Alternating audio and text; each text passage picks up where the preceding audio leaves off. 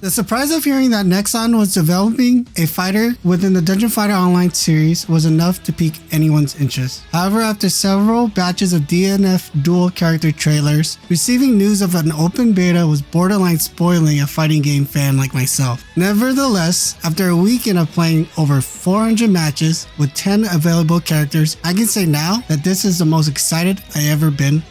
The DNF Duel Open Beta was a smooth online experience. I felt in control no matter which character I played, and the rollback netcode kept the matches fair with lag to a minimum. At one point, I was able to play 40 matches with a random player without interference. In previous open beta of other fighters, the server issues were unavoidable, but not here. While online lobbies, room creation, and search options of DNF Duel were limited in this experience, I was never randomly kicked or suffer an unfair loss. Characters on the roster have been pulled straight from the Dungeon Fighter Online series. Their beat-em-up roots translated really well into the game, with moves that I recognized from the franchise. My favorite character to use was Vanguard because of his pokes and long-reach attacks. The moves he was able to execute were safe from a distance. Still, there's a decent layer of balance here that allows rushdown characters opportunities to stand toe-to-toe with these ranged fighters. Typically in a fighter, I choose to play long-range characters that gets rushed down easily, but here, I found a decent amount of defensive mechanics to utilize. These systems allow players to guard cancel, use invincible dashes, and take advantage of a dedicated block button, which auto-blocks mix-ups. Further,